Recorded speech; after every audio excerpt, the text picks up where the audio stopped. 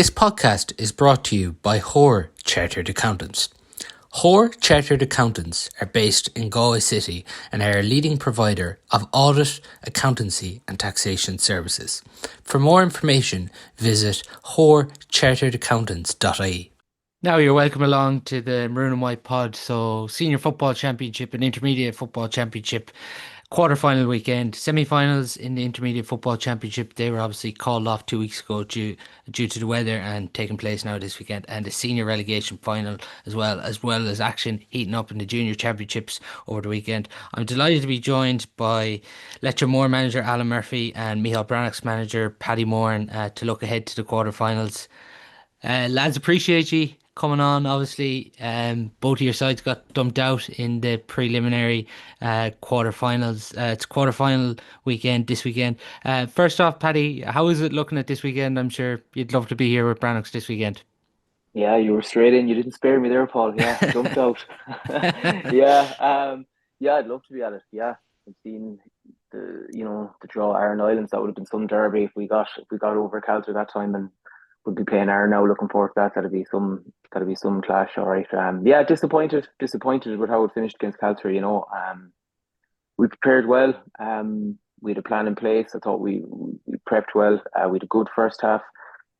Lost one of our midfielders after only 8 minutes. He'd worked very hard. Tommy Keneally had worked extremely hard to get himself back fit. He tore his hamstring against Moore, and being honest, I suppose now that we're out of the championship, the plan was, to really try and get Calder to go long and try and dominate that middle, and he's a huge part of that for us. He's 6'5" himself in Pinton, and him going off, it was a bit of a blow away to rejig things. And look, Calder got on top of us in the second half, and there's no qualms about it. They were the better team in the second half, and they got over the line. They deserved their victory in the end, But yeah, disappointing. All right, yeah, not to maybe get over them. But look, that's football. As Alan will tell you, you can prep all you can do all the prep in the world, all the training, and everything, and it can just, there's just sometimes you can just, not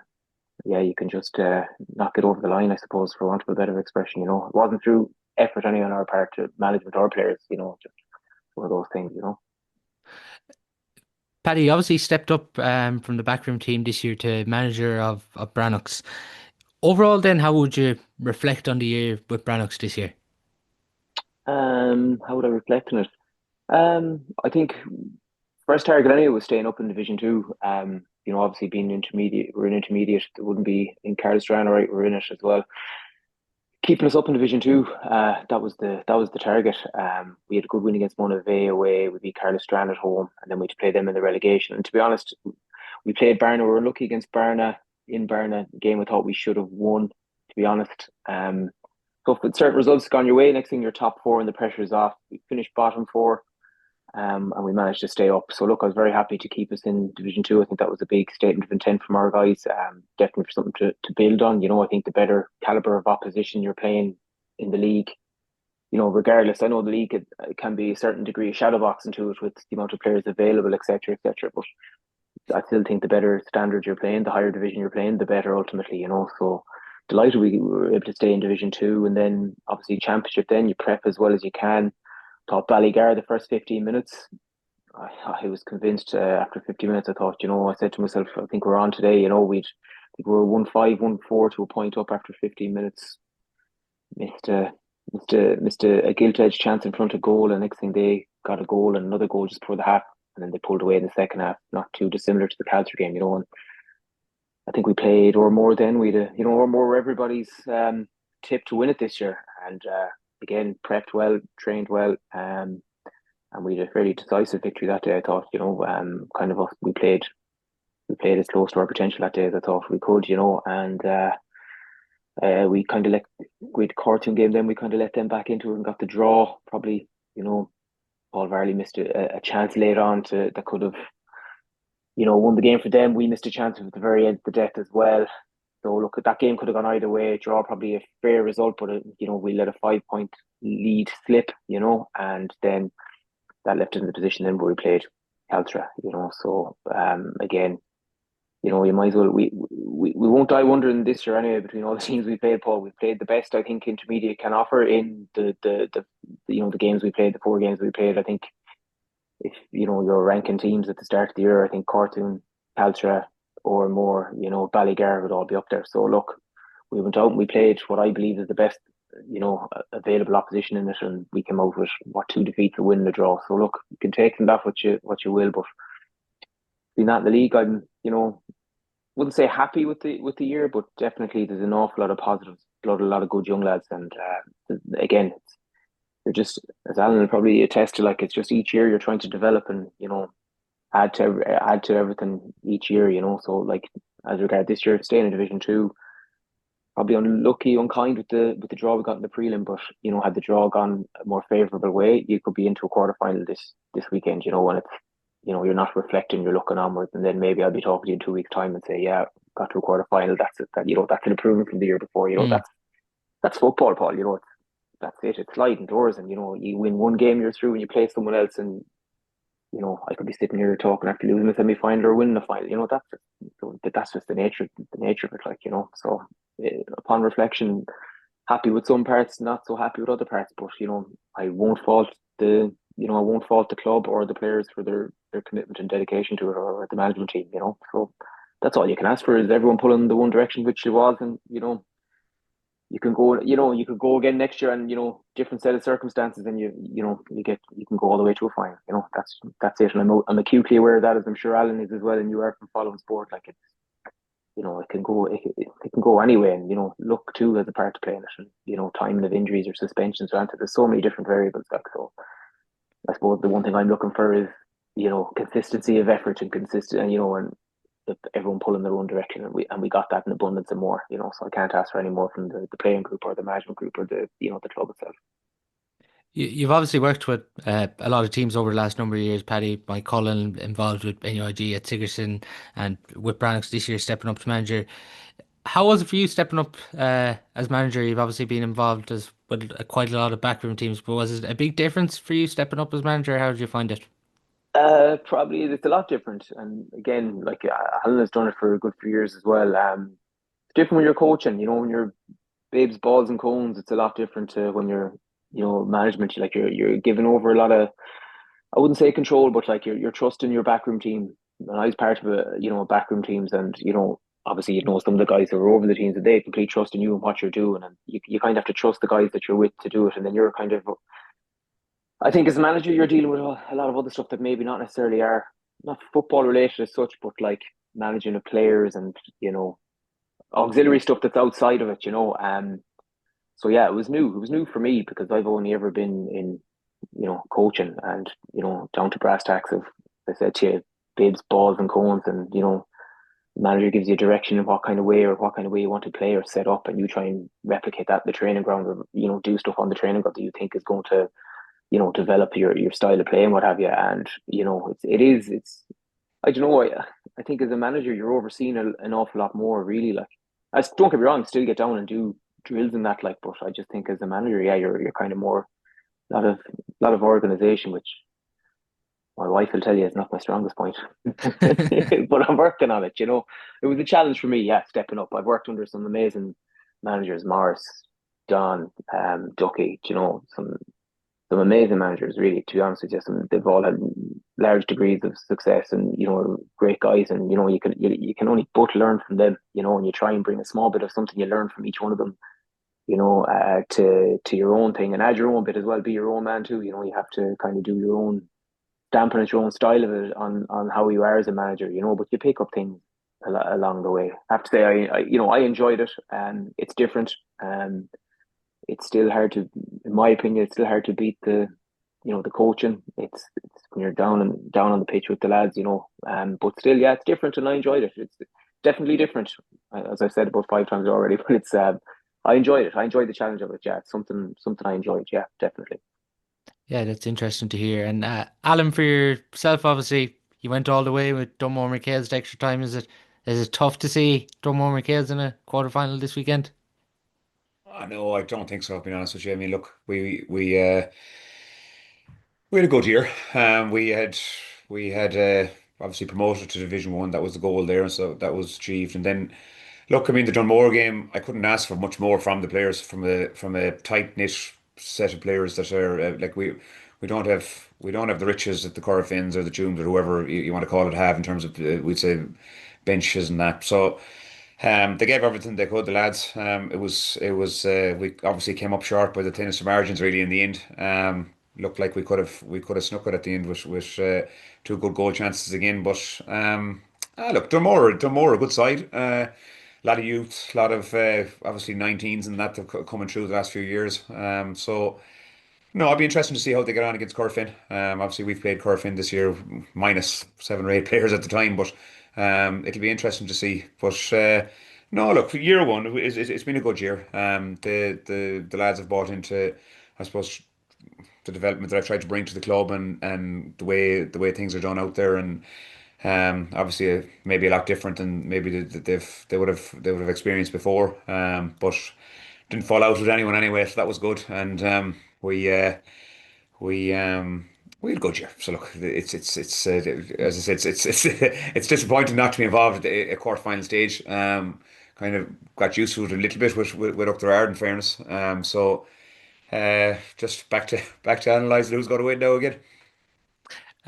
Just even looking at your group campaign, Alan, Milltown, that was obviously a setback going into that after getting to the league final. But then to get a result against one of Abbey, play Corofin down a lot of bodies, and then the performance you gave against Dunmore. Overall, when you look at the campaign, even from that Milltown game, there was improvement you could say throughout the championship, and is that the most pleasing thing? There was, yeah, and I think Milltown were that dark horse, if I'm honest with you. I mean, we went into the game thinking it was very much 50-50, and look, we lost it by 2 points in the end. Ca- We kind of got a hot streak in the end, um, but then I suppose the first game of championship, new rules, and I really think that there was a huge step up in terms of the new rules within league and championship. Like even the refereeing of it, the league games were very experimental. Like very, there wasn't not a lot at stake, but you were trying to find your way, like what way would suit best. But championship was a totally different animal. I mean, you see now that the battle of this happens in the middle of the pitch for possession. The impact of not kicking a wide and kicking a short and getting transitioned against the 2 pointers that bring teams back into the game so quickly. You saw last weekend both teams down 11 or winning by 11 points at half time and both teams lost. So there's an awful lot more going on, and a lot more to analyze and to try and get to grips with. And I think we're only kind of at the tip of the iceberg really of analysis of what's to come. I think next year you're going to see a lot of different experimenting with goalkeepers and cornerbacks and kickouts, and I'd say that's going to take a huge step up again. Just even on that performance from the Dunmore game, Alan, the performances of Casey O'Kelly throughout the championship really impressive. Oshie McDonough as well. Yeah. With your run in the championship, has that highlighted some of these Leicester Moore players that maybe they're in a shop window now for maybe potentially getting a look with Go early in the year? Because I think coming away from those preliminary quarterfinals, and you see the performance of Casey and Oisin and some of these players, you really feel like they could be in potentially a shop window now for Galway. Yeah, and in fairness, like the players that you're talking about, some of them would have featured with Galway underage teams, and rightly so. Like yeah, yes, I think that some of the players that are back there are it's kind of they're forgotten, if I'm honest, and that's through both their own fault and through I suppose scouting or people's knowledge of football in Galway. So. And you're right to say Casey had an unbelievable good year. I think there's a lot more in him. Even he's still developing as a player. Oisin I mean, Oisin and Fiona, I suppose, and Dylan, Warren, these lads are on the radar for a while. But new rules, hopefully will suit them. I think you're seeing that the I suppose the revival of the corner forward. I mean, Designelia tell you that. I mean, in terms of high scoring and one-to-one battles and a little bit more space, and that has come back into the game, and so it's that all needs good coaching and managing. Also, I suppose this the fact that a lot of these players were were being manipulated out of the game in terms of mass defences, and you only need to look back at I suppose at Galway versus Armagh in the All Ireland final, and you have players there of such quality that cannot score, like that they just can't get a shot off and they can't get an opportunity to score, and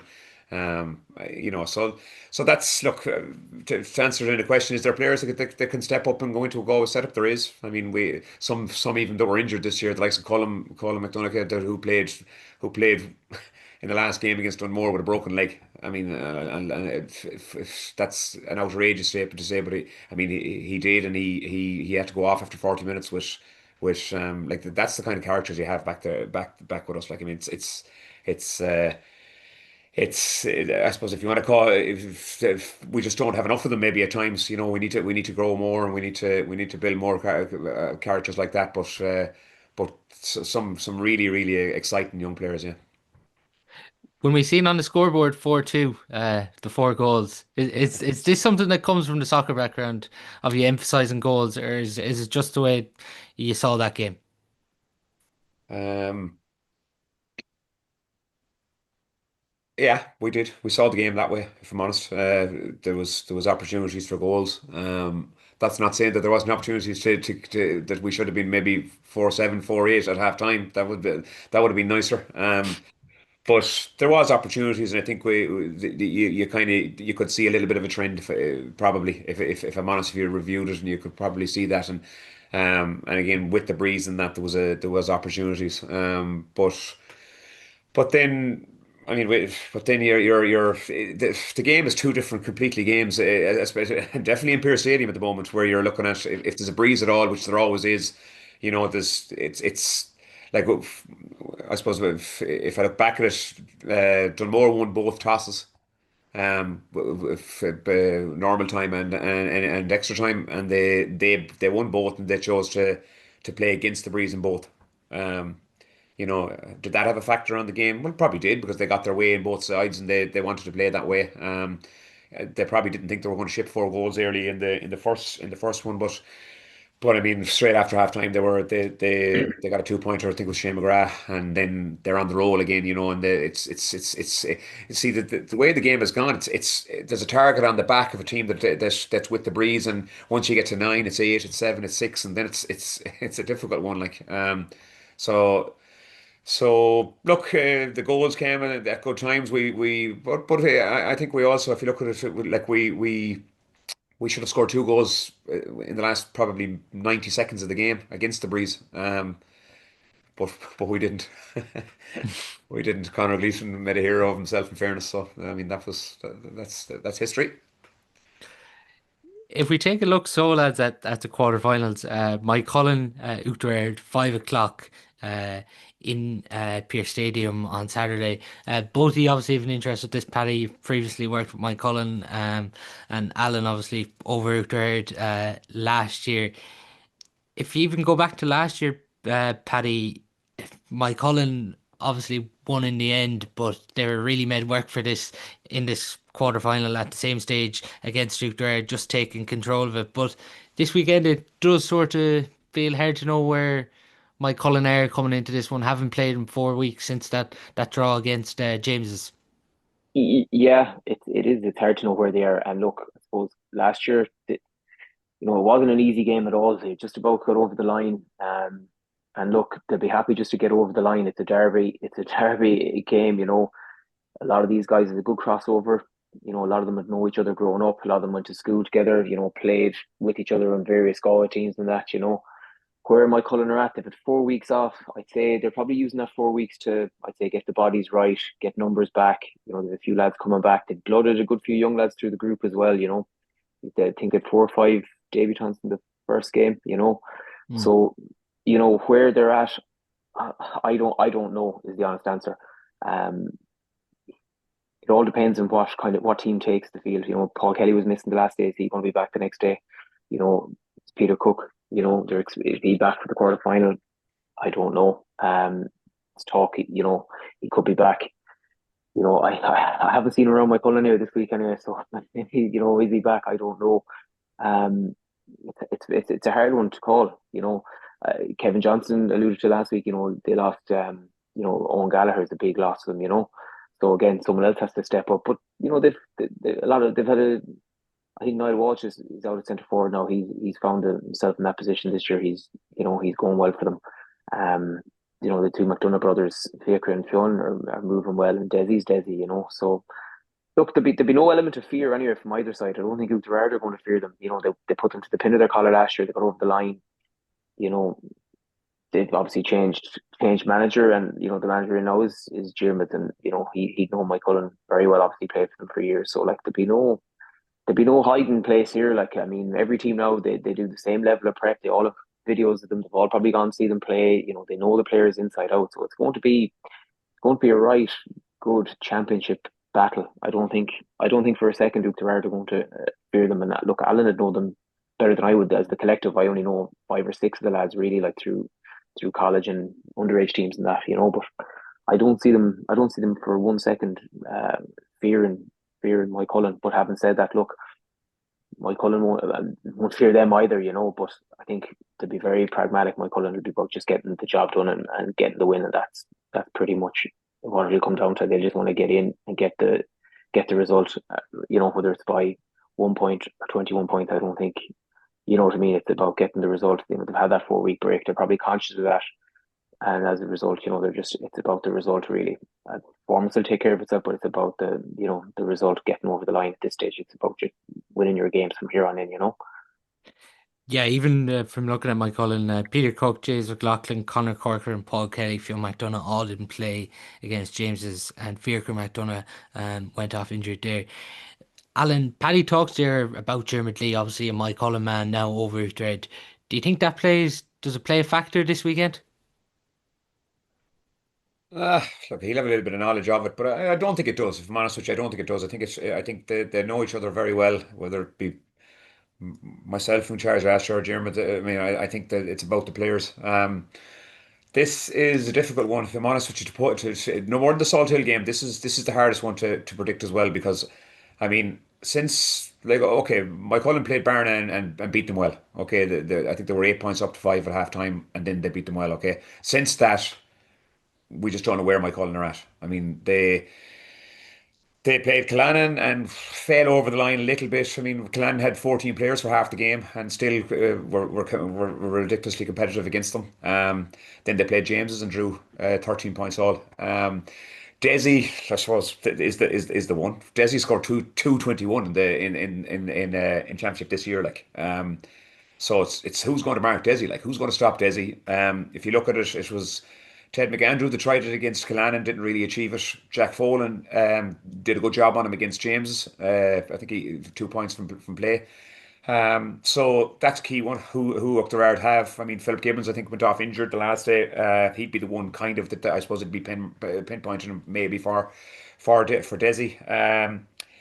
So that's a key one. And then it's whether the players are back. Okay, if the two McDonoughs, Fionn and Fiacre played hurling against Loughrea at the weekend, so they're back. And they lost, so they'll be have their focus on football now.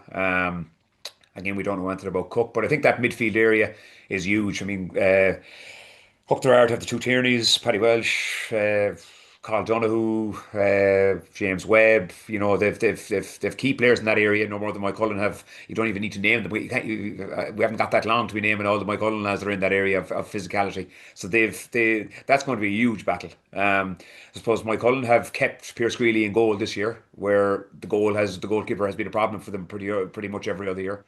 He's been a kind of a consistent this year. So that's probably an advantage that they know what's coming with Pierce, and he seems to be pretty consistent.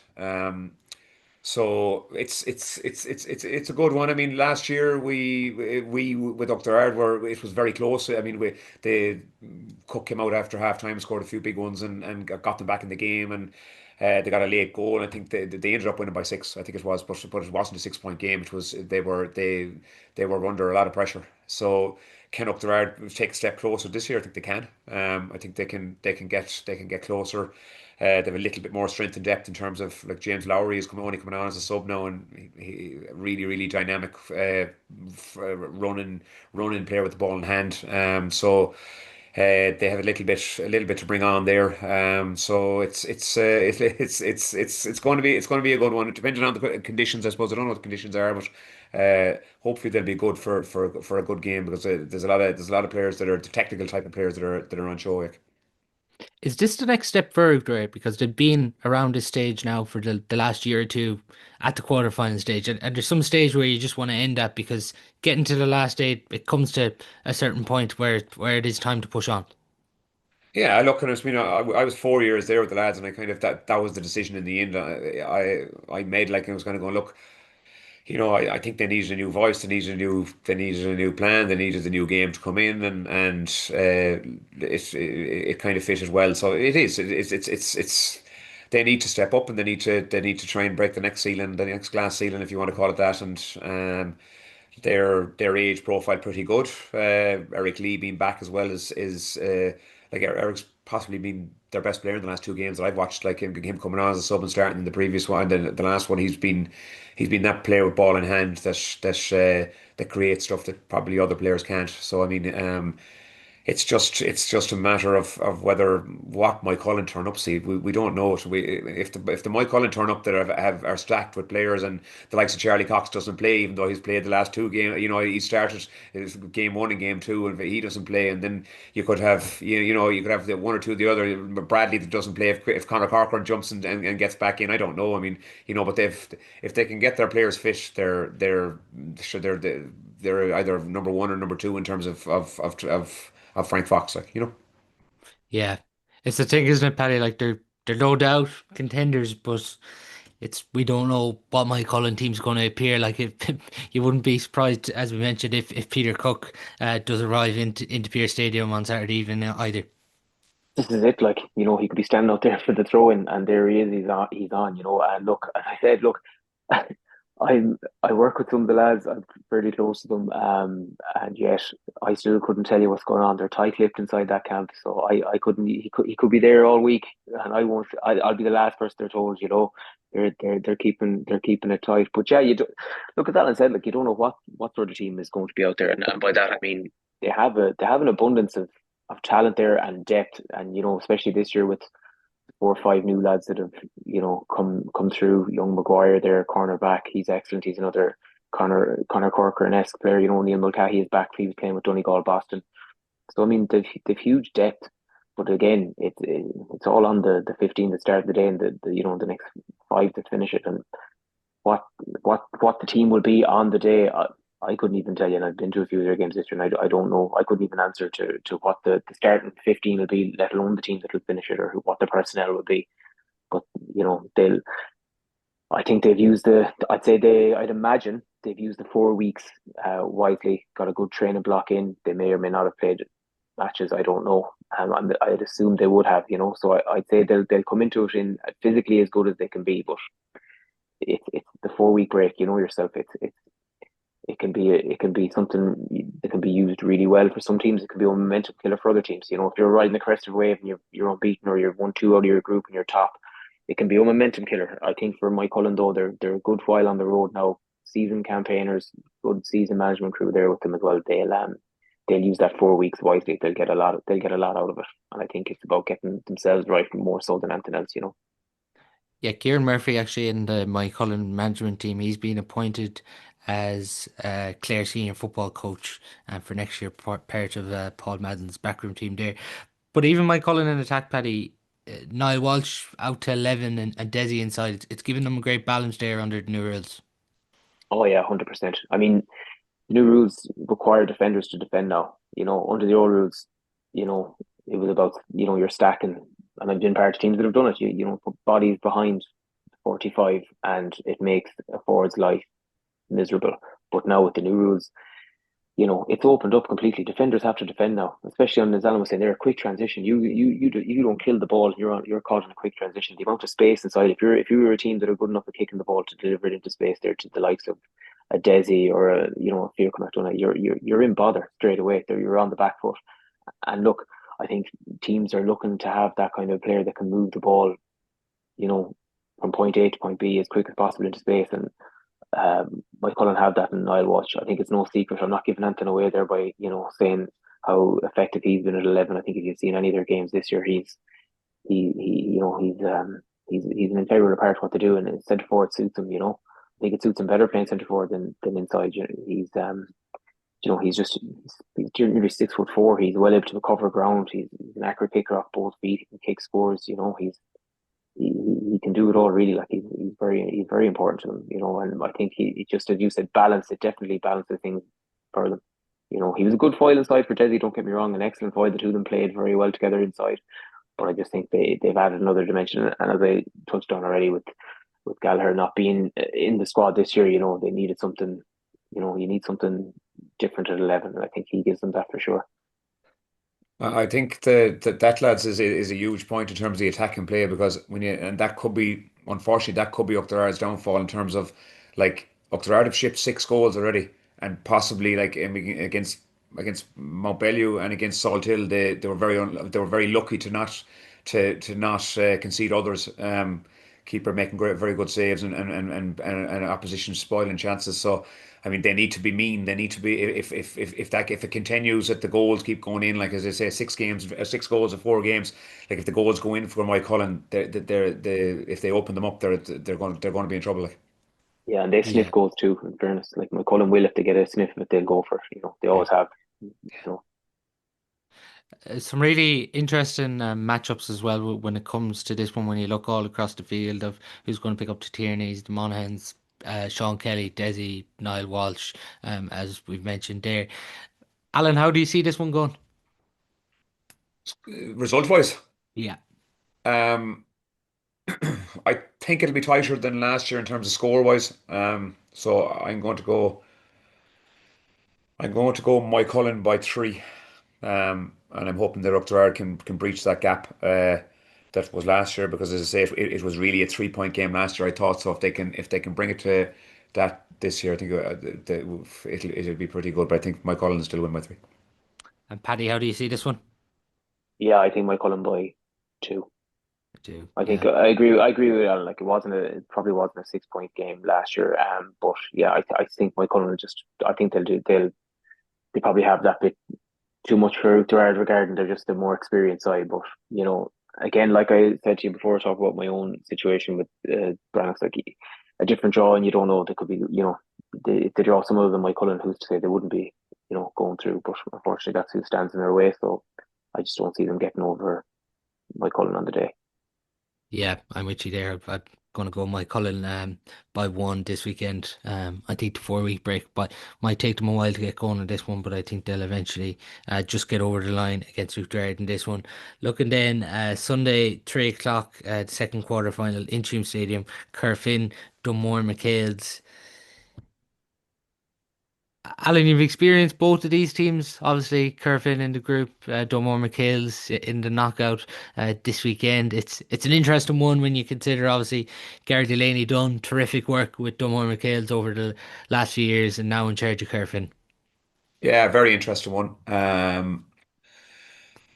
Very interesting one. I think if Corofin can be mean in terms of not giving frees away, and being being solid in defence, and not leaving it open, I think Dunmore may struggle. Like, they they do rely a lot on frees. Um, like, Pádraig Costello has scored 123 this year, and 17 of them have been from frees. Like, so they're, but that's, I suppose, that the key point is they're able to get them. They run hard at you. Reddington, these guys, they Jack Jordan, they'll commit you, and you have to be clean. You have to be able to tackle properly. So that'll be one for Corofin. So and then whether they're able to press up and Corofin, I suppose, and turn them over, and not be wide open, or be open at the back, because that's going to be, there's going to be a lot of roulette kind of stuff going on there in terms of I suppose, whether there's breeze or whether there's not. I mean, they may not win the toss this weekend, and they may have to play with the breeze. So that'll be a difficult one. But there could be a shock here. There could. You think Corofin could be beaten? Yeah, I think if Dunmore get a head of steam up there, they're a big scoring team. Like you look at the scores they put up this year. Like I mean, okay, depending on the opposition, I know Anna down possibly, but 319, 112, 216, 119. It's big scoring. Like so, if they can continue the big scoring, um, they could well do it. Like they could. Now. They have, I suppose, they've scores from everywhere. A little bit like Corofin, like they've no exact, like there's no one where you have to say you have to mark him because he'll get 10 points, like and that's the same as Corofin. And even last year when Oughterard played Corofin, it was 2 points we lost by or whatever it was, but there was 10 different scorers, like. It's so difficult to because Corofin are that they just have 1,000 cuts. They'll get you by 1,000 cuts, like they're more a little bit like that. Like there's scores everywhere, so it's not easy to get the matchups right, and it just depends on, as I say, it depends on what Corofin are going to turn up as well. Because you look at Monivea, okay, Corofin hammered Monivea 420, okay, got on them. After that, like I mean, a little bit, not the same extent to Salthill and Mike Cullen, but a little bit like they don't really know where they are. I think, the Monivea game, or sorry, the Milltown game, they wouldn't have been at all happy with. And then, I mean, the Leitir Móir game, we spoiled the game a lot on them. If I'm honest with you, we had 8 players, 8 starters missing, and went in at halftime and probably should have been leading it by, was it 4-2 at halftime? Probably should have been a lot Yeah. more. It should have been a lot more. And then we had a black card for the first 10 minutes, and I think they got 5 or 6 scores in that 10 minutes and kind of put the game to bed. So they don't really know where they are either, if I'm honest. And they're since Gary has come in, it's probably kind of going, well, do we go with the tried and tested, or do we go with the younger players that we have we've developed throughout the league? Like so, you look at Ross Cohn, Vinny Gill, Ross Mahon, Keane Murphy, Jack McCabe, Bernard Cohen. I mean, do those lads play, or do you go back to Cahill Silk again and not play Bernard Cohen? Do you go with the Farhers and not go with the younger lads? It's going to be interesting, yeah. Yeah, it's fascinating that point about Corofin. We've seen younger players play in the group stage, and then maybe when it's came to knockouts, we've seen more of the experienced players used, Paddy, and no surprise with these players used because they have so much experience, particularly around this time of year. But I think a lot of people are going to be fascinated to see what sort of Corofin team lines up on Sunday. Yeah, well, I think Alan touched on it there, and you just said it there. Like they're able to use so many of these good young players. Like you look at any Galway underage panel the last number of years. It's there's 3 or 4 Corofin lads in every single one of them. And then you're in a position there where they're so ingrained and indoctrinated to what they do as a system. They're able to play the Corofin way. Early rounds of the championship, they blood them, play them, and then you're safe in the legs of your older fellas. And then come the key time in championship, the older fellas are able to come in. They've probably less mileage on the legs because they have, they were at one stage, you're Jason and these guys, they were the young fellas for a number of years. Now they're the senior fellas, and they're using that experience then to get them over the line.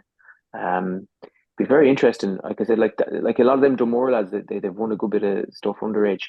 They might necessarily fear Corofin, but I just think Corofin, the older brigade, you know, they'll just have that bit more physicality. Maybe I feel that's where they could get them is in the physicality stakes. Maybe I'm wrong, Alan. You've seen Dunmore up close, like, but I just think when it comes down to it, while the more young team won't fear them and they'll give them plenty of it, I just think coming down the last 10, 15 minutes, if it's a tight game, I just think physically Corofin will just have that edge over them and will probably get them over the line. That's where I see it going.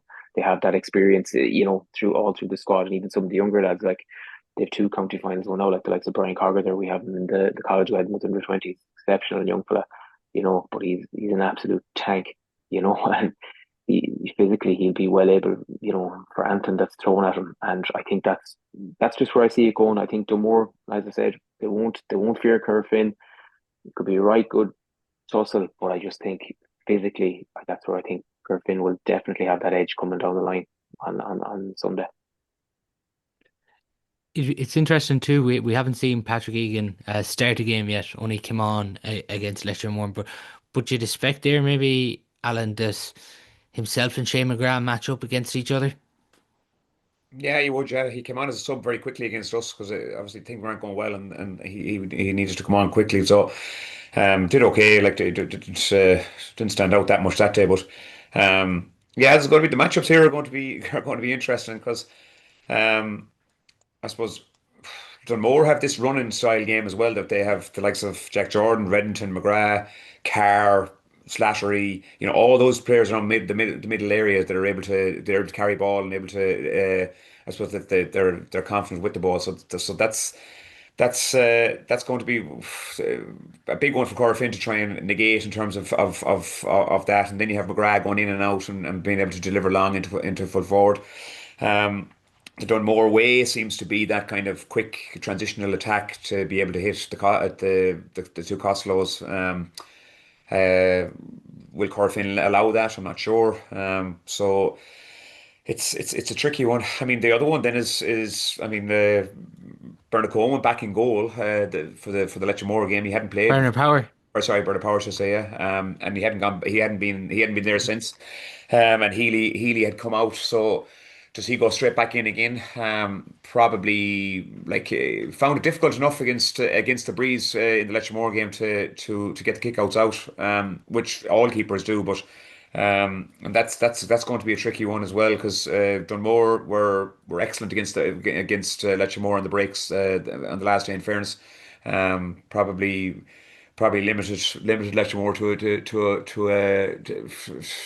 in terms of possession. So that was a crucial part. So it'll be a tricky one, yeah. It'll be down to the day as well and to the grind. I think if it, I think the worst of the day will probably suit Corofin if I'm honest, because just the experience that they have and just the way that the way they know how to win. So yeah, the elements could play a factor, yeah.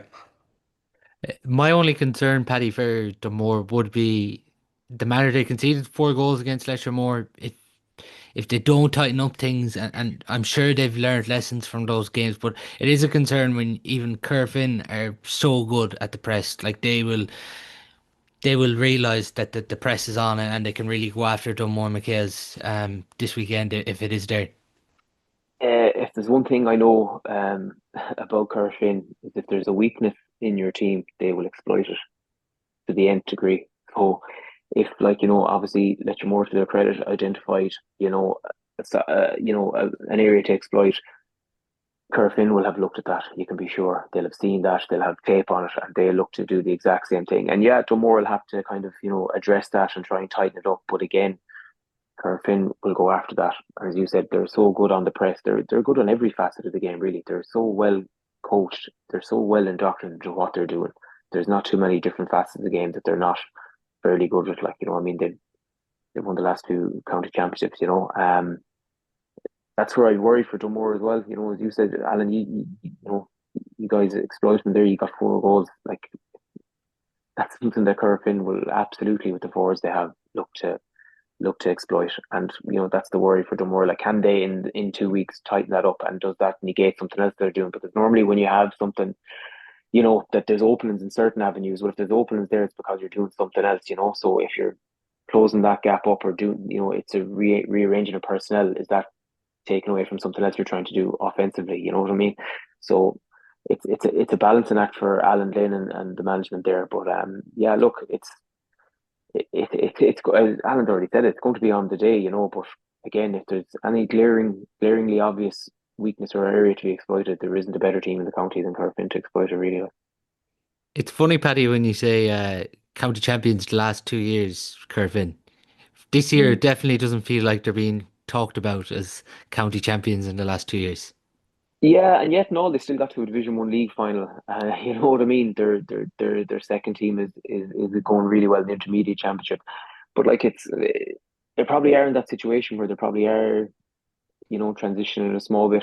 We were saying that for years. It's still the same, same fellas that are fronting up year on year. But they probably, Gary Delaney probably has that he has to kind of transition the team through to another, phase of young players coming through, and it's time for them to kind of take ownership of that. Like I already said, there, like Brian Carver, who's been playing the last 2 3 years. But again, it's maybe time for them to be there. They're settled in that team now, and they take ownership of it. And it's time for them to be, for the next 7 8 years, that it's going to be their team. So yeah, why aren't we giving them the credit? I suppose I think the focus is on other teams. Maybe Tuam had an excellent Division One. They won the league. People will always be talking about Mike Cullen. I suppose they'll always feature in conversation. And Salthill, they're the teams that everyone is talking about. And Corofin have just gone quietly about their business, like which is worrying, really. Like Yeah, yeah, for sure. This one here, I'm probably going to go for Corofin to edge this by 3. How do you see it, Alan? Um, if the if the Dunmore defenders, Walcombe, Comer, Murray, Mícheál, Meehan can stop. I suppose that's the key point. Before I suppose Dylan McHugh was the second top scorer for Corofin. Okay, so that probably tells the tale in itself in terms of that they're not big scores from everywhere. I think Dunmore can do it, but I don't think they will. I think Corofin will just grind it out. But I wouldn't be surprised to if it's a high scoring game, Dunmore will win it. But I'm having Corofin by 2 points. And Paddy? yeah, I think Corofin by two. I think they'll they'll choke them out of it. I think really, to be honest with you, I think they'll go after them physically and they'll just grind it out and they'll get over the line by two. Looking at the third quarter final, Tuam Stars versus Cuilinn in Kenny Park at 4:15. Alan, Tuam Stars obviously going into this one as strong favourites to beat Cuilinn, but the talk is at the minute that Shane McGlinchey is up against it to play this weekend against Cuilinn. If he doesn't play, this is massive for Cuilinn considering how strong they are around the middle third. Yeah, massive with Kevin Walsh and the box four and all this, the development he's put into Cuilinn. I suppose that the McGlinchey, sure, you've seen what he's able to do. He's the one that everyone wants to talk about when he's playing. The worry they have is Brian Manning. I think is they're saying he's out. If he's out, that's huge. He's their top scorer. So I don't know what the situation is there. That definitely brings Cuilinn back into the conversation. Obviously, Tuam have had a really strong year, league final win, and I mean they kind of cruised through the group, didn't they? I mean, Claregoa in the first game, Dunmore gave them a bit of a shock in the second game, and then the Annadown game. Just I suppose Annadown just weren't on a good year, so that they didn't learn an awful lot about themselves in game three either. So they're another month without playing a game. So. It depends on. I mean, I think Mark Colleran also injured. They have a few injuries, but they've strength and depth in the squad as well, and they've blooded a good few. So, um, keeper v keeper would be one for me. I mean, James Walsh isn't really a keeper for Cuilinn. I mean, he's an outfielder that has gone in goal, which is key. Dara Forkin is an excellent keeper when he's on it in terms of range of kickouts and just the command that he has. So. As again, when you talk about kickouts directly and that, I think he'll still be able to do enough to be able to negate the I suppose that rigid kind of a Cuilinn structure of that Kevin Walsh will have and to try and stop Tuam. I think Cullinn's kickouts on their own kickouts will work a little bit better probably than trying to take the ball off than turning over Tuam, I think. The big thing for Tuam Stairs here is Paddy, like they can't come sleepwalking into this because Cuilinn have been dead and buried against James's and Mountbellew and they've been able to respond and come back somehow in both of those games. The thing about Cuilinn is they'll go to the end no matter what, no matter who they're playing, no matter what personnel they have, they'll always go to the end. You can't count them out. I was at their game against Mike Cullen, and even they were down to 14 men. They would just never ever stop coming at Mike Cullen, and they really really fought, to the nth degree. They're probably one of the best informed midfield combinations in the club championship at the moment. Anyway, in Ryan Roach and Dara Walsh, I think they're getting they're key to an awful lot of what they're doing. I know Alan said there, Kevin has the box four and they're strong on kickouts, but I just think they have an excellent combination in midfield, and if they can, I think they'll win a lot of primary possession for Cuilinn. Like Ryan Roach, we played him in the league. He was excellent. He's very robust midfielder. Like he's very much for a big man, he's well able to move, well able to cover ground.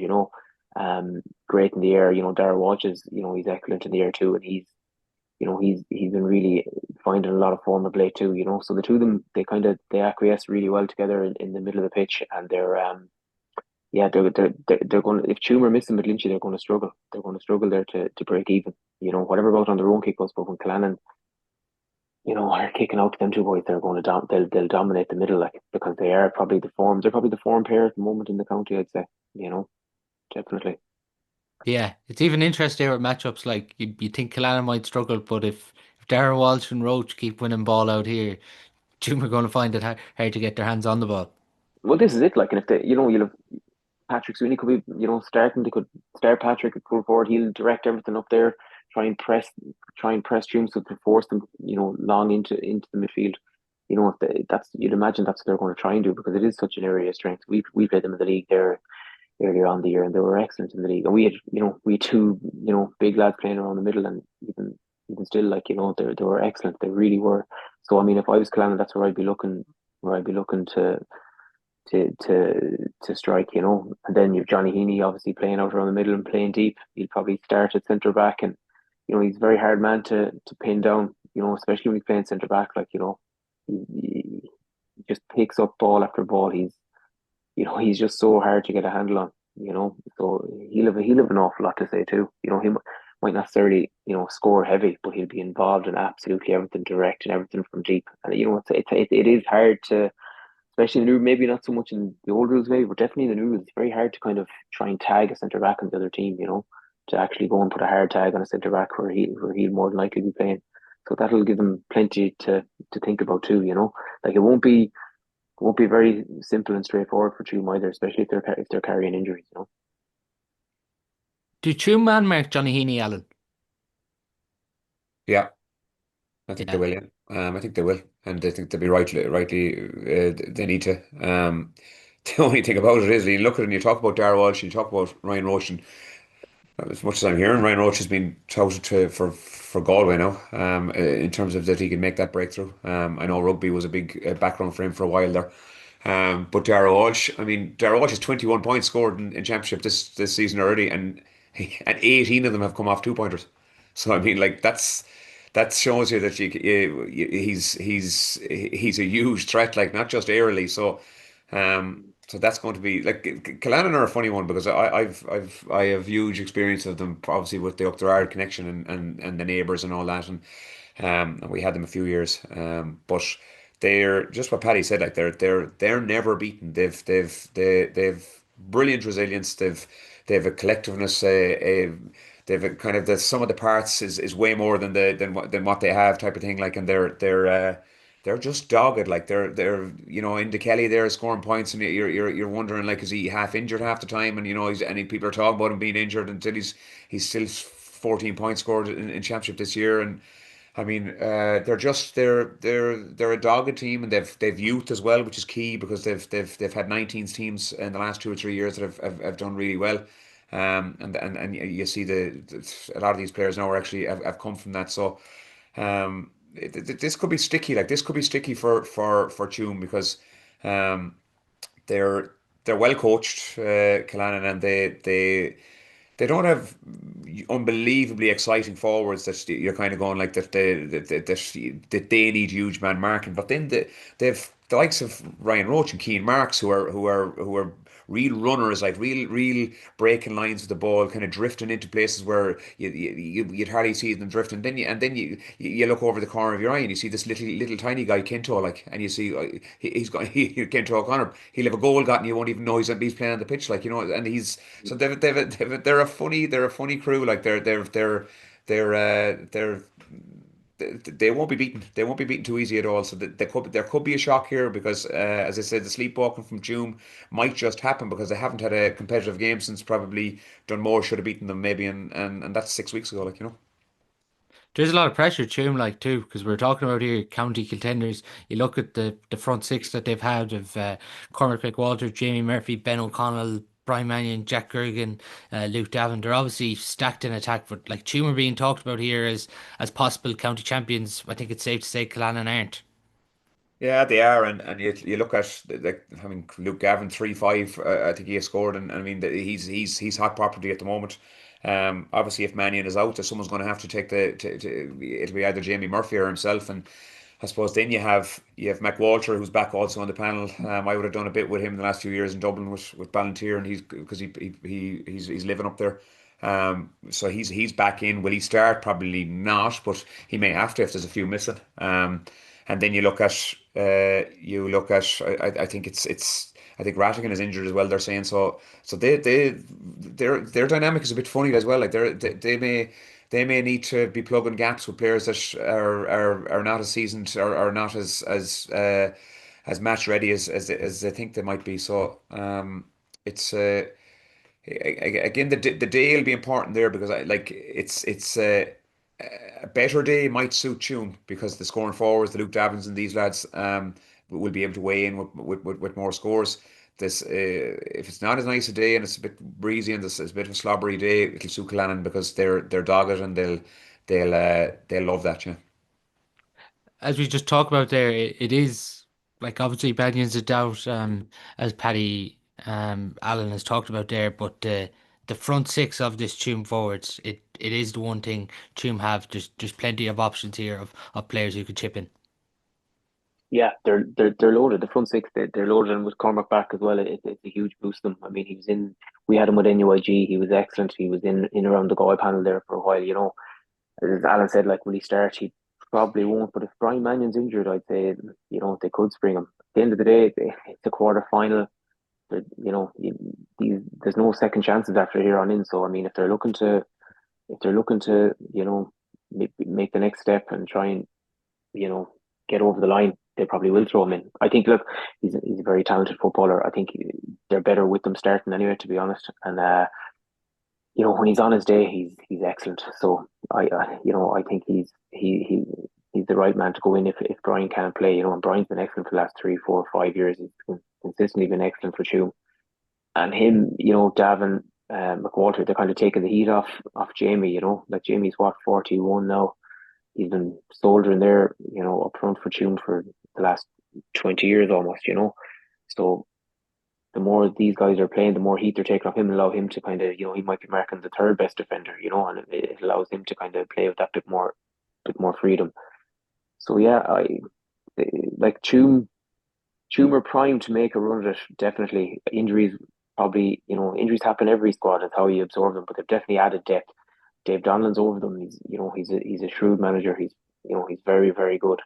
He'll have them well prepared. But again, as Alan said, like it's 6 weeks from a competitive game, from like where their closest competitive game. 6 weeks. It's a long gap. But again, once you have the body's right, if the body's right and you get there with only one or two injuries, you're in a good spot. But yeah, they're going to find it tough the next day against Cuilinn. They really are, especially if they're down a couple of bodies. They're going to find that game tough, definitely. But I still think that they probably have that bit too much for Cuilinn. Tuam by how much for you there, Paddy? I'm going to say Tuam by 4. And Alan? I'm just looking at the matchups here. I'm looking at the defenders for Cuilinn: Ryan Joyce, Ted Henderson, Sam Keaton. Um, then you look at Ben O'Connell for Tuam and the boys that are in there. Ben hasn't been mentioned by us. I'm going to go with Tuam. 3 points. Tuam by 3. Yeah, I'm with you there too. I think Tuam will have just a bit too much, but I think Cuilinn will put up a big fight this weekend in the third quarterfinal. Final quarterfinal then in the senior championship. Salthill, Knocknacarra, St James's, 4:30. If there's going to be a shock at the weekend, could it be here? I think so. I think so. We've got to go for a shock somewhere. So, no, look, I think Salthill, and may not even be their own fault. I don't just know. Do they know where they're at all? I looking at it there, doing a little bit of work on it and during the week, and I was looking at going Matthew Thompson, Finnerty, Tomo, Cathal Sweeney, Robert Finnerty, Maher. I think they've only got 6 points from play from all those in championship this year. That shows that they're obviously some of them have been out injured. the dynamics probably they don't really know where they're at. They they Mountbellew the first day was a bit squeaky. Oughterard the second day, Oughterard had loads of chances for goal opportunities. So did Salthill, got over the line there as well. And then Michael's obviously it was tight, nothing to play for really. So but if you look at, we'll say Charlie Power 7 points, Robert Watts 7 points, and then you're going with Evan Nolan 1-4. Um, unless these county players go back into this team very quickly, I think we have a problem here because I think the Jameses are on a good they're on an upward curve and they have a lot of confidence. This could be difficult, yeah. Yeah, because Paddy Salthill won't say this openly as players, but they definitely have to sort of feel this pressure because within the county, obviously people are expecting them to push on. Outside the county, people are expecting them to win and go. There is a pressure for Salthill now, and especially this weekend. Oh yeah, like I mean, I think it was in 2023. They, they'd feel they were unlucky to lose that county final to Cuilinn, and that definitely is added for the last couple of years. That there's an expectation there now that they see themselves as being within a kick of a ball of winning the county final when John O'Mahony was over them. So if you're looking at to analyze it like they're 2 years older, 3 years older. They've six senior intercounty footballers on their squad. So yeah, there's a huge air of expectation around them. To to people that have a passing interest in the game, they see six intercounty players playing with Galway who are they're about in the shake up for the All Ireland year in year out. That brings its own pressure, definitely. Yeah, there's no doubt about there is a pressure there. There's an expectancy, but like I mean, Salthill historically would have hoovered up, any amount of underage titles through the years. So there's always an air of expectancy around Salthill to achieve and to win things, especially like they get that from underage where they used to win an awful lot of underage titles. So there's always that kind of expectancy to go out and perform and win. It's there definitely within that setup. But yeah, how you react to the pressure is the thing, isn't it? Like I mean, it can weigh down on you. I'm sure they feel it, and the two boys over them as well, Sean and Finian. They've been there, done that, won the club All Ireland. So I mean, you're looking at that in the dressing room there as well. That can bring its own pressure, but I think some of them they'll embrace it. I don't think they'll shy away from it. But yeah, it's funny how that can play on a psychological level, I suppose, with the squad. It's probably in particular when Alan says we don't really know where they are, and I think it's a fair point to say, Paddy, because like Rob's been in and out. He's expected obviously to be fit this weekend. Tomo looks to be ruled out from what we're hearing. It's particularly in attack where we don't really know where they are because they've had those two players not on the pitch really for the majority. I know they played in patches in the group games. Yeah, like I suppose. Look, the worrying thing, to be honest, is if the day they catch fire. The day that they come in here, they're cherry ripe the next day, and they literally catch fire, and they can cause cause havoc. That's the worry for teams. It's they're being judged on potential. They've been judged on like people are you're seeing the fours that they have named out there, and they're thinking the potential is there definitely, and that's what they're being judged on, is the potential. Um, they probably feel that they owe themselves to get back to at least a semi-final, if not final. Last year against Corofin, the semi-final, they probably feel they didn't do themselves justice, and they're probably, I'd say that's definitely, driving them on this year, especially, to prove. I think they probably are playing with a bit of a chip on their shoulder this year to prove teams, to prove people wrong that that was a blip last year, and I think they'll see themselves, I think they're in the mindset of just getting the result, getting over the line, and style counts for nothing. It's all about just results, results, results. So that's where I kind of see where they're at in their mindset from this year is just about getting the result. When I did ask Alan about maybe this is where we see a shock, I went to the Milltown James's game, and it was probably the first team outside the big four where I was wondering going into the quarter final, could there be an upset? And for me, I was looking at James's, and whoever got them, I'd be giving them a right chance because it's how well they're set up and how well they're obviously scoring too. You have Jack Nolan, Paul Conroy, Jack O'Neill, Joanna Quilligan, Brian Kane in attack, but just really how well they're set up too with some of the defenders they have. Jack Folan, Dale Masterson, Johnny Duane. So there's real quality in this James's team. There is, yeah, there is. In fairness, they seem to be at a good point in time in their development. Whether it be Jack Folan in terms of like he was the one that kind of did as good as on Desi that I'd seen this year. Kept him quite enough.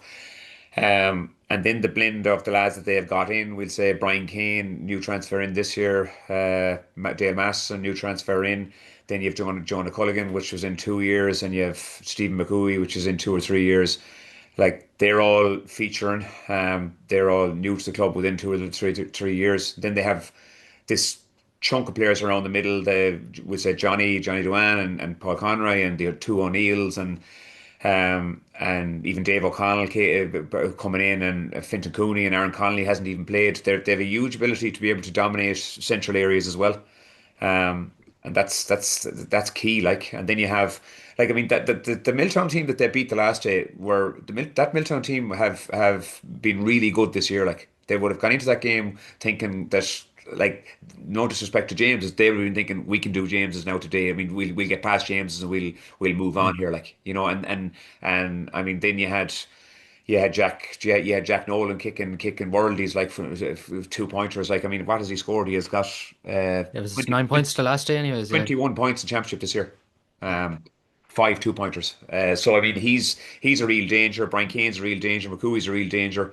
And then the running power of Jonah Culligan, Paul Conroy says enough for himself. I mean, in terms of being able to dictate a game and run a game. And then you have now I suppose the one thing we haven't said here is the O'Neill factor, okay? Because Sam O'Neill went off probably with a bad knee injury. Is he going to be able to play? I'd imagine not. I don't know. And then you have his brother Jack, who was struggling for 25 minutes in the game, ended up getting his ankle strapped outside his boot for the last 20 minutes and was hobbling around. He's played the entire game, but will he be fit? That's two huge ones. If they're not fit, that's the key area in the middle that they're going to be weak in. If one of them is even fit, I think they have a good chance. It's Keane Costello is keeping James Egan a Galway. James Egan was in with the seniors for a while. He can't get a game if Keane Costello is playing in goal. So Keane Costello seems to be his eye seems to be in terms of coming up kicking the same types of ones Conor Gleeson is kicking. So this is going to be a funny one. Yeah, it'll be dictated by the day, but I don't even know which team will suit a nice day because they're both that type of players that they'll suit. Dale Masterson the last day really stood out for me in terms of being able to break lines and was really dynamic in terms of running. Didn't think that he was that type of player at all, and he really showed up. So. Taking pressure off them, and then Johnny Duane being back was a like again kind of the Sweeneys do it for Killannon, like don't play all year or playing injured. Johnny Duane hasn't I seen him playing the league final and he had to go off injured, and then he just appears and is the same Johnny Duane as we've seen is able to dictate a game as well. So loads of factors at play here. Yeah. Matchups could be really interesting too. Paul Conroy maybe on John Mayer, Dale Masterson on Matthew Thompson, maybe Cathal Reagan goes on Robert Finnerty. They could be really worth the entry fee alone in this one. Yeah, depend on and then on the other side of it, who takes Jack Nolan? I mean, what defender have Salthill to be able to take Jack Nolan at the moment? Is it Owen Dealey? I'm not sure. You know. But particularly too, I'd meant to mention it. We've seen Daniel O'Flaherty play an attack too. So is this the weekend where maybe they decide to deploy him back with the threat James's have? Hopefully not, because I think Daniel O'Flaherty. I taught him in school. He's an absolute. He's a brilliant young fella. And he's probably not young anymore even. Like so, he's his ability to break lines going forward and I think that at a county level as well. I mean, he's just a quality player that has yet to even get set on fire. So, I'd love to see him. I'd love to see him with the shackles off and going forward. Yeah. Who are you going for here, Paddy? Uh, I'm gonna go with James's by one. Ooh. Just And gonna Alan? go for something different. I'm going to go for a draw. Well, it has to be finished on the day, so. So I'm going to go for a draw, and then I'm going to go for James to win it. by how much in extra time? Extra time, 2 points. 2 points. Uh, well, I like to keep some of the Salthill listeners, so I'll go for Salthill by a point in that one. But this is one where there could be an upset.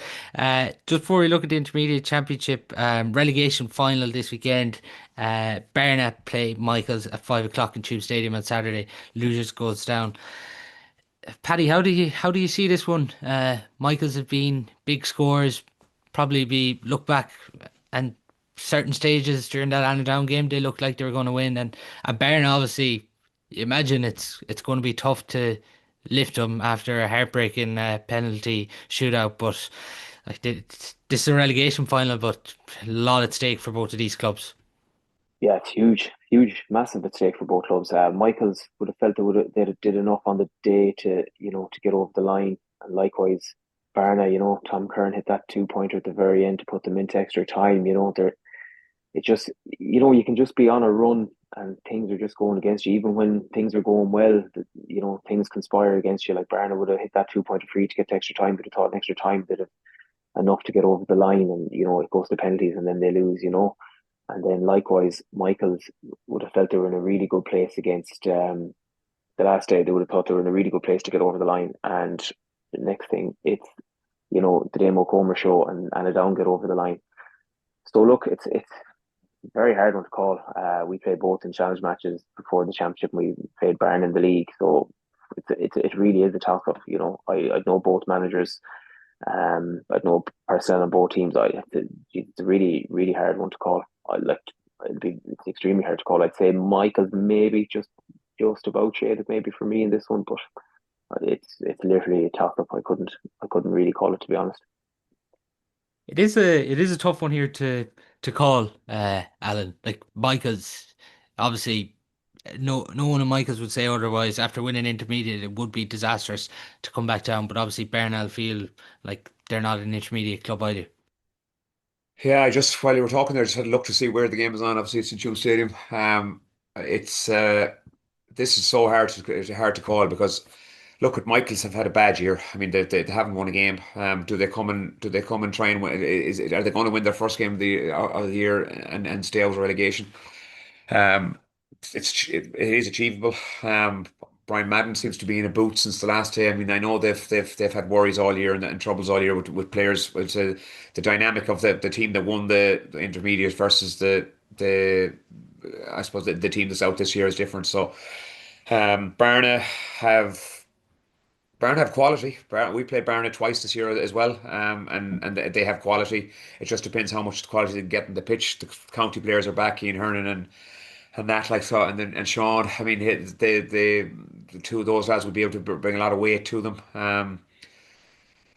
Gary Higgins, since he was suspended for the first two games and he's back now, and the scoring seems to have started again with when he's on the pitch. So they'll be able to take a score. Um, this is a tough one. I'm glad I'm glad I'm not involved in it, if I'm honest. It's it's a tough one, yeah. I don't really know how it's going to go, but I just have some feeling that Barn are a bit more seasoned in terms of that they've had this jersey a while and they've been able to fight it and they've been able to find a way out. I know Michaels were a little bit like that previously, but I just think Barn that something is going to be able to click for them, that they've younger players, I think, in different, and they've more legs at times, and the Oisin Gormy, there's probably scores in them, and Tom Curran, and they just I think they might have a little bit more, and they've won they've had a few performances this year where they've done okay and that, and just Michael's, it's been a low year for them, like, and that's a tough one. Yeah, you expect Bernard to come through this one, Alan? Yeah, I know a lot of the Michaels lads, and if I have to be honest, I have to be honest, and I think Barnum might just come through by 2 points. Yeah. Yeah, I just think Bernard would, by a point, might just come through this one as well, but could go right down to the wire. As I mentioned, the loser of this, of course, relegated to intermediate football. If we take a look then at the intermediate championship on Saturday evening at 6 o'clock at Duggan Park, Kilkerran Clonberne, who did top the group, take on Corofin B at 6 o'clock. Paddy, It's an interesting one here. Kilkerran Clonberne surprised a lot of people. I think it's fair to say in the group topped it and deservedly so. But Corofin B, the performances they're putting in, I think Corofin B have a great chance of going far this year. Yeah, they certainly seems to be. They seem to be a team on form. You know, they're scoring heavy, scoring lots of goals. You know, they obviously have another, you know, good tranche of young lads coming through again. Kilkerran, Clonberne, yeah, they've bounced back from last year. I think they were in the relegation last year. So to go from that to top in a group that contain Caltra, they beat Caltra the first day out. I know Caltra are missing one or two, but still they topped the group, and they can't take that away from them. Credit to them. It'll be a tough one for them the next day. Corofin will be strong. I seen Ronan Steed was playing there at one stage from the midfield during the championship. So I mean, it's a side sprinkled with experience, and as Corofin do at this level, there's guys who drop down, play intermediate, that have 10 county senior medals, go down, play intermediate, and bring through these young lads and bring them through in the Corofin way. So the Corofin come in phases where they come through with intermediate teams that are thereabouts knocking on the door, winning intermediate championships. So this looks like to be another one of those sides again. Tony Gill is playing. We played the last day out as well. Like Yeah. he was playing the last 2 years with the first team. We had him at under 20 there for a few years in minor, and we had him in the college there at the Sigerson. He played the Sigerson final for us. He's an exceptional talent. So you have him on he'd make any first team in Galway, let alone a second team. So that's kind of where Corofin are at with this group of players. So I mean, if the likes of Tony's playing centre back, it says a lot to the talent they have at their disposal. But again, look, you can't discount Kilkerran Clonberne either. Johnny Ryan has turned back the clock. He's shooting the lights out all year, league and championship. So he'll take watching. I just wonder for Kilkerran Clonberne, Alan, the fact maybe they've surprised a few is the 4 week break. Is it a tough one now for them? Considering obviously relegation last year and now in a quarter final. Oh, it definitely is. I'd say they would have wanted to play the following week again, to keep Yeah, momentum up, and yeah, 100%. definitely. Um, I've experienced both teams playing with Oughterard in the last kind of from 4 years with being manager of Oughterard, and then so like Corofin B are just they shouldn't be allowed to be called Corofin B, because B is nearly, it's undervaluing what they're able to do, because they're all training together. They're all at such a high standard.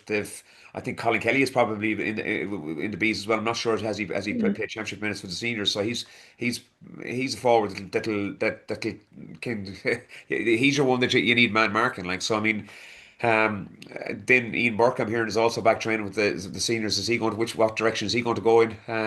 So it's they have just an abundance of talent.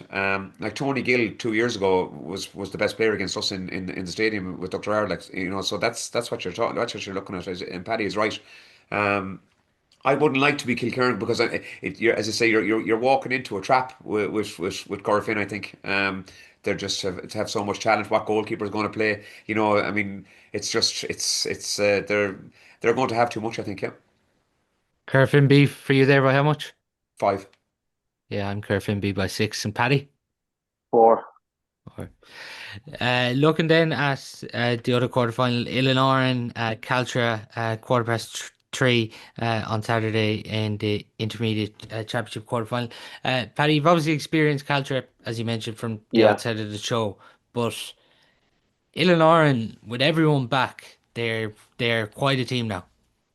yeah, they're a serious outfit. They're well organized. Stephen Joyce has a great job made of them. They make the most of what they have. Obviously, look, they're 3 islands off the west coast of Ireland, like, and the playing pool wouldn't be as deep. We're talking about Corofin, and the depth of player pool there, or any club, like, they have limited, I suppose, population of player, and they make use of what they have. And I think the real big one for them is Cullen Brennan coming back. He's back from Australia.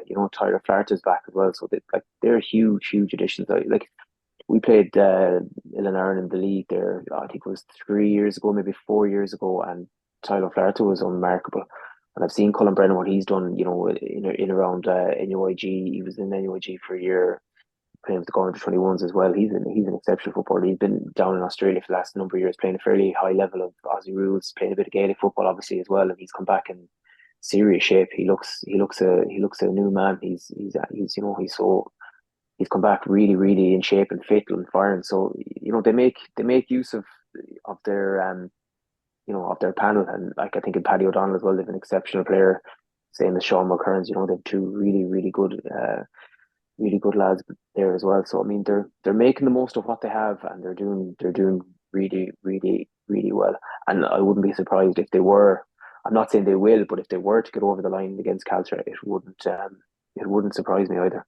They're extremely well organised. They play their system perfectly, and everyone is all bought in, and Stephen is really getting a serious tune out of them this year, because I don't think many people would have expected them to be, playing to the level they're at this year, because of players being away and that, but they've really come together now this year, and they're absolutely flying it.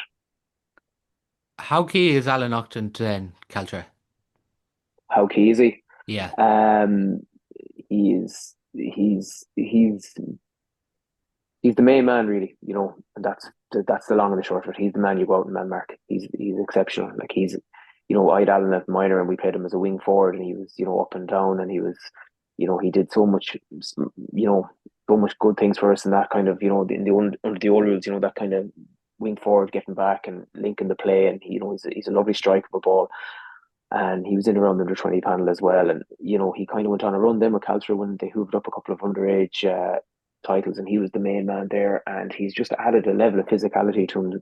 He's just gotten, bigger, stronger, faster in the last 2 or 3 years. And he just kicked on another level again, yeah, he's a serious operator at intermediate level. And if Caltra were playing senior, he'd be talking the same about him. He's just he's a serious club footballer at this stage, and he takes serious watching, because he's well able to buy frees as well. He's excellent at, let's call a spade a spade. Like, you have to be, your top forwards are going to get the most attention, the most, they're going to get man marked. So you want them buying frees and, looking for frees, and he's well able to do that, and he's well able to kick them over the bar than himself. And if you give him space and don't stand off him, and you don't try and, engage with him physically, and, to try and negate maybe giving away frees. Sure, if you're giving him space, he's going to strike. He'll strike the ball all day. He's an excellent striker of a ball. He's just been an excellent footballer the last 2 or 3 years. One of the form footballers in club football in Galway, regardless of the level, he's been excellent. So he really is key, and he links up well with Sean Kane. They have a very, very good understanding. They know exactly what they're about, how they bring him into the game, how they get him on the end of moves. And he takes serious watching. Alan, this could potentially be one of the games of the Intermediate Championship over the weekend. Yeah, it could be, yeah, because you've got that resilience from Aaron, who are structure and all together, and we'll say backs against the wall and against the world kind of thing. Like, Stephen Joyce is no better person, such experience to be able to do that. Like, the word was for the last a long time though that Aaron were coming, like that Tyler was back and Colin Brennan was back, and you still have probably Owen Pole pulling the strings. That he's old as myself, I'd say. Like, but they'll take beating. I was at Paddy. I was at the game again, your game again with Caltra. I wasn't as impressed with Caltra as I was. I thought they were. I had watched the games against Michael's last year. I actually thought they were a better team against Michael's in the intermediate last year than they were this year. I thought. I didn't think the new rules have suited them as much as last year. I don't know why, but uh, The new rules are funny though, aren't they? Like, I mean, last year, teams would have we had the same personnel in midfield, and teams probably would have, with the short kick over, were able to bypass that. Whereas now this year, we probably, our strength was Finton and Tommy in the middle, and you're trying to force teams to kick long into the middle, and I think that's what we were trying to do. And I'm sure you were at the game, you saw it. Like, Tommy had to go off after 8 minutes, but we were trying to force Caltra long and try and take them on in midfield, and that's why I think Aaron give them plenty of it, Alan, because with Cullen Brennan back, if they try and force him, he'll be a force to be reckoned around the middle. He's excellent in the air.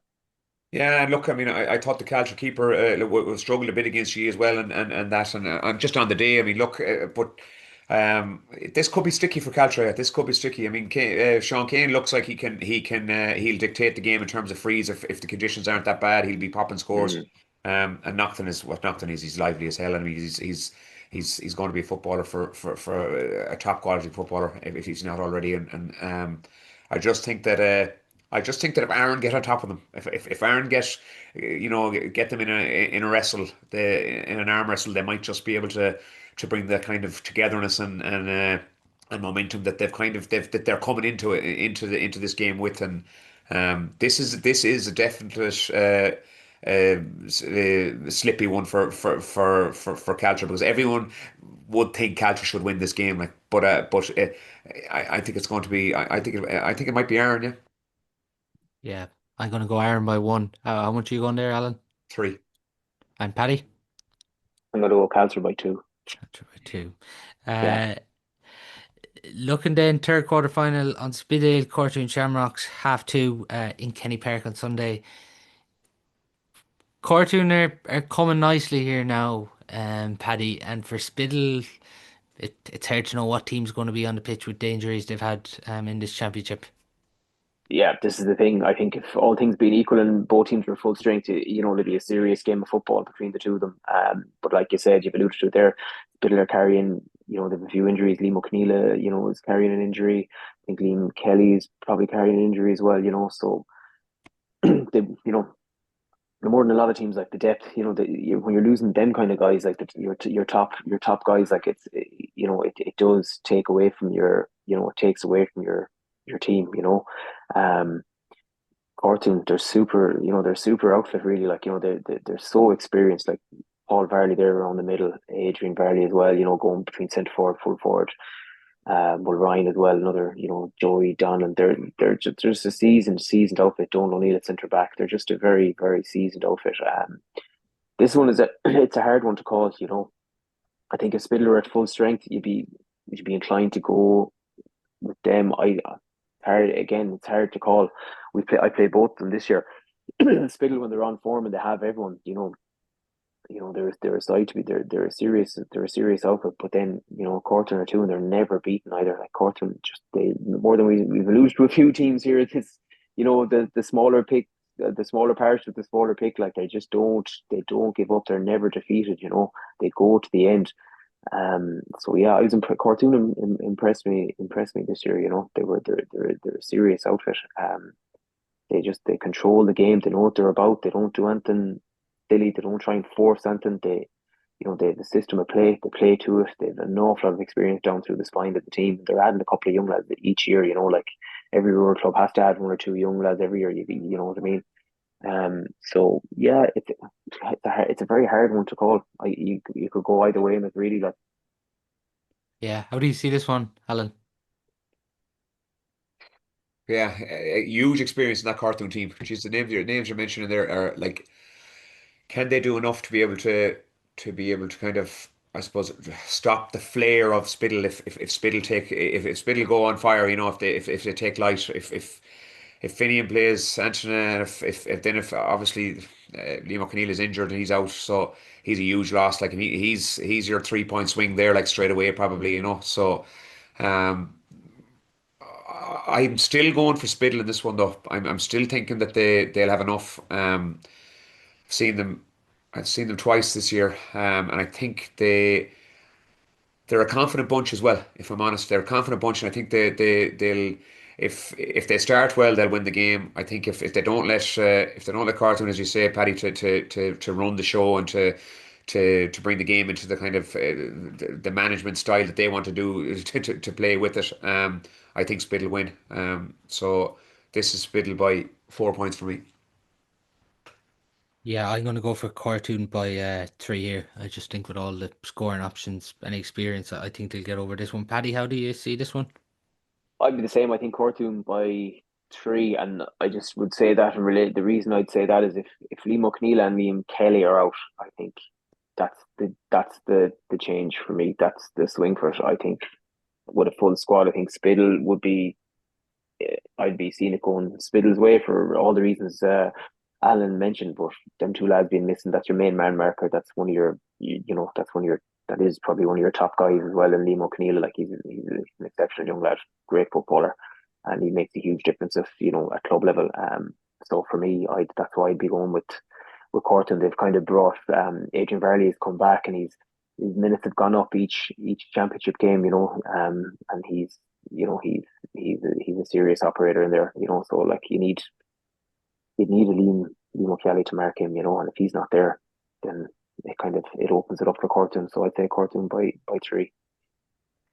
Just a final quarter final then the intermediate championship. St Brendan's Carstran 4:45 in Tuam Stadium on Sunday.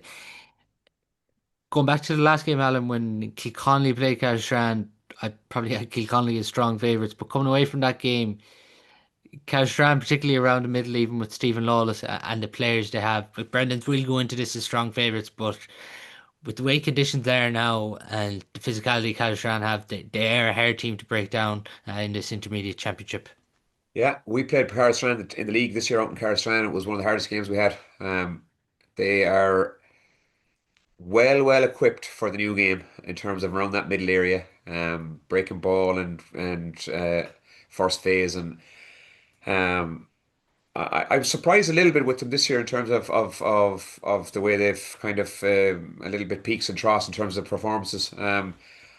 I think they might be due one though. I think they might be due one, and there's a lot of pride in Carl Strand, like in terms of they would have thought this year themselves, a lot, especially with the talent, the younger talent that's coming through, that they might be able to might be able to bounce straight back up. I thought they would as well. I won't say I'm not convinced at the moment, but I need convincing. But I just think that this might be one that they'll show up. Yeah.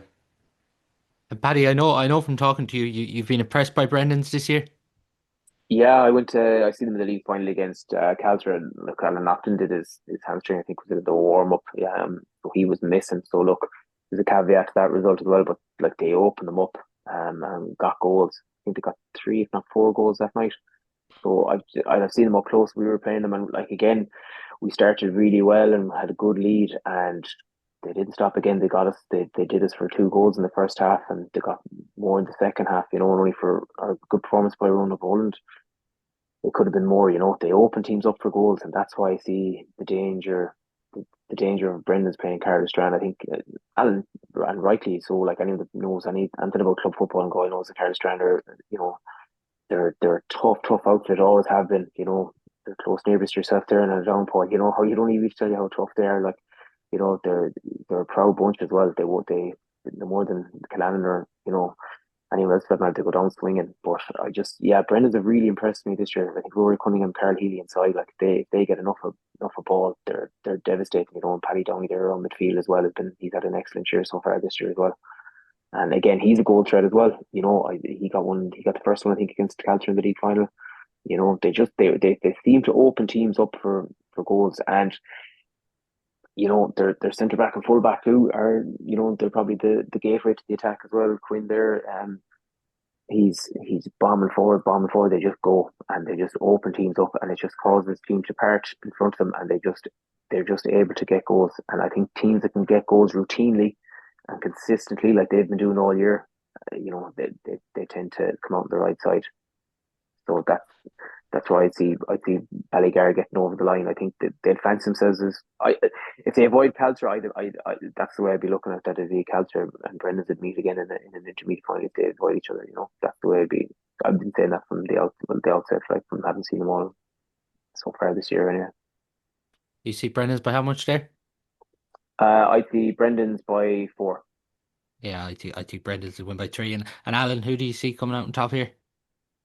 If Carstran get the matchup on Cunningham right, I think they win. So and if it's a if it's not a shootout, so I'm gonna go for Carstran by 1. Sure, by 1.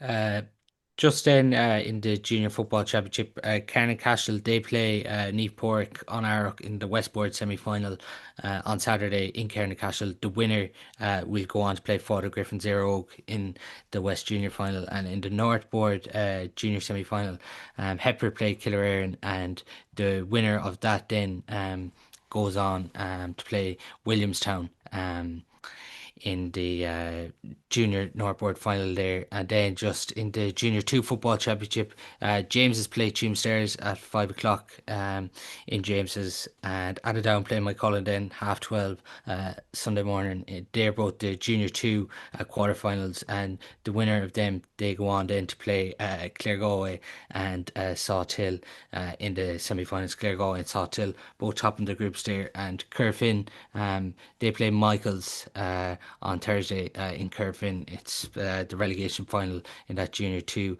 championship. Just finally, lads, before we do finish up, there is the intermediate relegation semi-finals this weekend on Carrua.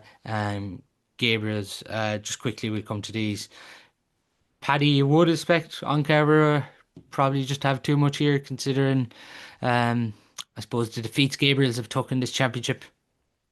Yeah, you'd be right there. I think, look, yeah, you'd have to go with Carrow. I mean, huge momentum coming up winning the Junior All Ireland. Plenty of experience. James O'Farrell, their goalie, is back from using San Francisco for the summer, and I know it's only one player, but he's a huge part of what they do there. You know, he's a very experienced goalkeeper for them. He's an important player for them. He's back now as well. Yeah, I can't see Carrow losing it, to be honest. I think for themselves as well, it's an important one for them that they need to, you know, after winning the Junior All Ireland, they need to stay up and at the very minimum stay up and keep the momentum and build on it again for next year. You know, so yeah, I can't see anything but a Carrow win there, to be honest with you. Carrow by So how much, David? I'd say Carrow by 5. Carrow by 5, yeah, I'd be with Carrow by 6. Are you along similar lines, Alan? Carrow by 6 for me. Too much pride, too much, and then they'll rally and they'll have well enough. Yeah. Just then the other semi-final, Oughterard Mary, Clifton, 12:30 Sunday in Clannon. Alan, you'd expect Oughterard Mary to come through this. They're definitely not a team we would have predicted that would have been here at the start of the year. No, Ormore shouldn't be in this position. If I'm honest, I don't think so. I suppose then it's time to get out of it now for them, and I think they will.